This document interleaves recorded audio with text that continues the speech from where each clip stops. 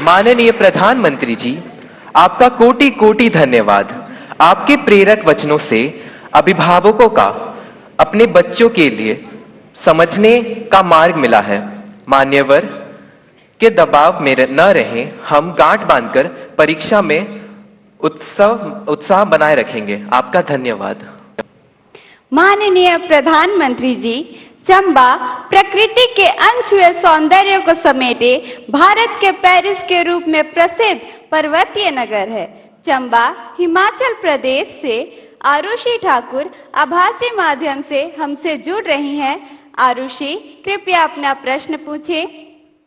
माननीय प्रधानमंत्री जी, नमस्कार। मेरा नाम आरुषि ठाकुर है और मैं केंद्रीय विद्यालय बनीखेत ढलौजी, जिला चंबा की कक्षा 11वीं की छात्रा हूँ।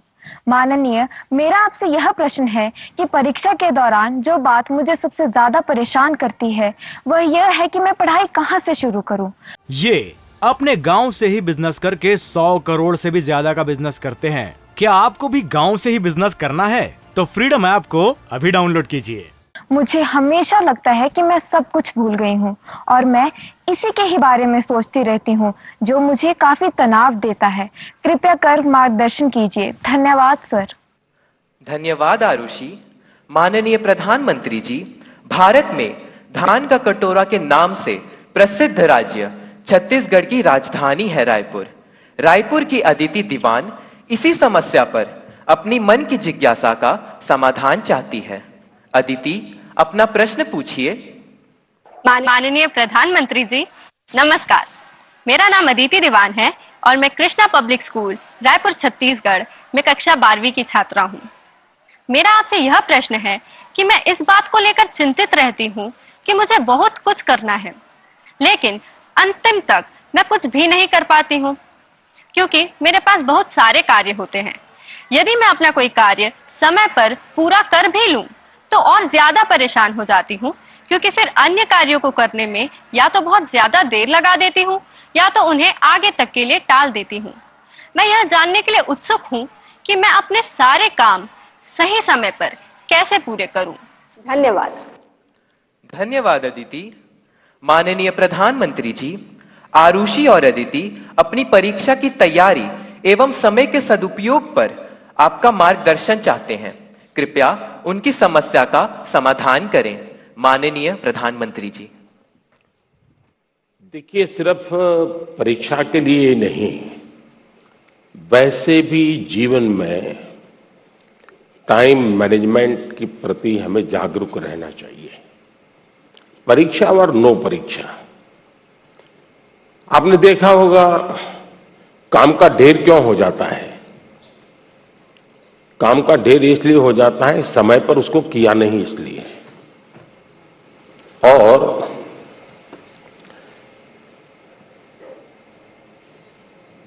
काम करने की कभी थकान नहीं होती है जी। काम करने से संतोष होता है। काम न करने से थकान लगती है। सामने दिखता है अरे इतना सारा काम, इतना सारा काम, और उसी की थकान लगती है। करना शुरू करें। दूसरा, आप कभी कागज पे अपना पेन पेंसिल लेके डायरी पे लिखिए। एक हफ्ते भर आप नोट कीजिए कि आप अपना समय कहां बिताते हैं। अगर पढ़ाई भी करते हैं तो कितना समय किस विषय को देते हैं, और उसमें भी शॉर्टकट ढूंढते हैं कि बेसिक में जाते हैं, बारीकियों में जाते हैं। थोड़ा अपना एक एनालिसिस कीजिए।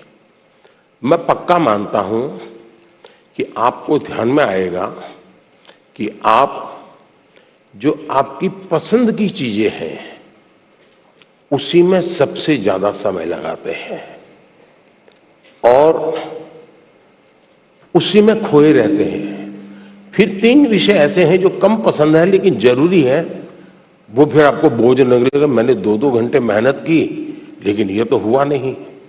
और इसलिए आप सिर्फ पढ़ना 2 घंटे ऐसा नहीं, लेकिन पढ़ने में भी जब फ्रेश माइंड है तब जो सबसे कम पसंद विषय है, आपको सबसे ज्यादा कठिन लगता है, तय कीजिए पहली 30 मिनट इसको फिर एक पसंदगी वाला विषय है 20 मिनट उसको, फिर थोड़ा कम पसंद वाला 30 मिनट उसको। आप ऐसा स्लैब बनाइए तो आपको रिलैक्सेशन भी मिलेगा और आपको धीरे धीरे उन विषयों पर रुचि बढ़ेगी जो आप नॉर्मली टालते हैं और अच्छे विषय में खोए रहते हैं और समय भी तो बहुत जाता है। आपने देखा होगा, आप में से जो लोग पतंग चगाते होंगे, मुझे तो बचपन में बहुत शौक था। पतंग की जो माजा होता है, धागा होता है, वो कभी एक दूसरे में उलझ जाकर के एकदम से बड़ा गुच्छा बन जाता है। अब बुद्धिमान इंसान क्या करेगा? यूं यूं खींचेगा क्या? ताकत लगाएगा क्या? ऐसा नहीं करेगा।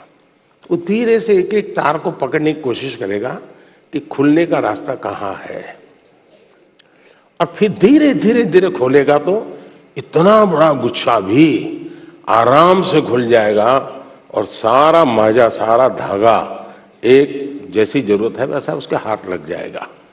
हमें भी उस पर जोर जबरदस्ती नहीं करनी है, आराम से सॉल्यूशन निकालना है। और अगर आराम से सॉल्यूशन निकालेंगे तो मुझे पक्का विश्वास है कि आप उसको बड़े ढंग से करेंगे। दूसरा, आपने कभी घर में अपनी मां के काम को ऑब्जर्व किया है क्या? यूं तो आपको अच्छा लगता है कि जैसे स्कूल से आए तो मां ने सब रेडी करके रखा था, सुबह स्कूल जाना था तो मां ने सब तैयार करके रख दिया था, लगता तो बहुत अच्छा है। लेकिन क्या कभी ऑब्जर्व किया है कि मां का टाइम मैनेजमेंट कितना बढ़िया है? उसको पता है सुबह ये है तो मुझे 6 बजे ये करना पड़ेगा, 6:30 बजे ये करना पड़ेगा, उसको 9 बजे जाना है तो ये करना पड़ेगा, वो 10 बजे घर आएगा तो ये करना पड़ेगा। यानी इतना परफेक्ट टाइम मैनेजमेंट मां का होता है। और जबकि काम सबसे ज्यादा मां करती रहती है, लेकिन किसी काम में उसको बोझ अनुभव नहीं होता है। ये अपने गांव से ही बिजनेस करके 100 करोड़ से भी ज्यादा का बिजनेस करते हैं। क्या आपको भी गांव से ही बिजनेस करना है? तो फ्रीडम ऐप को अभी डाउनलोड कीजिए। थक गई, बहुत काम है, बहुत ज्यादा, ऐसा नहीं करती। क्यों? उसे मालूम है कि मुझे इतने घंटे में ये तो करना है। और जब एक्स्ट्रा टाइम मिलता है तब भी वो चुप नहीं बैठती, कुछ न कुछ अपना क्रिएटिव एक्टिविटी करती रहती है। सुई धागा लेके बैठ जाएगी, कुछ तो करती रहेगी। रिलैक्स करने के लिए भी उसने व्यवस्था रखती है। अगर मां की गतिविधि को ढंग से ऑब्जर्व करोगे तो भी आपको एज ए स्टूडेंट अपना टाइम मैनेजमेंट का महत्व क्या होता है, और टाइम मैनेजमेंट ने 2 घंटे, 4 घंटे, 3 घंटे, ये नहीं, माइक्रो मैनेजमेंट चाहिए। किस विषय को कितना टाइम देना है, किस काम को कितना टाइम देना है, और इतना बंधन भी नहीं डालने हैं कि बस 6 दिन तक ये करूंगा ही नहीं क्योंकि मुझे पढ़ना है। फिर तो आप थक जाओगे। आप ढंग से उसको डिस्ट्रीब्यूट कीजिए समय को, जरूर आपको लाभ होगा। धन्यवाद। इंडिया टीवी हर वक्त हर जगह डाउनलोड करने के लिए सर्च करें India TV news Google play store या ऐप स्टोर पर।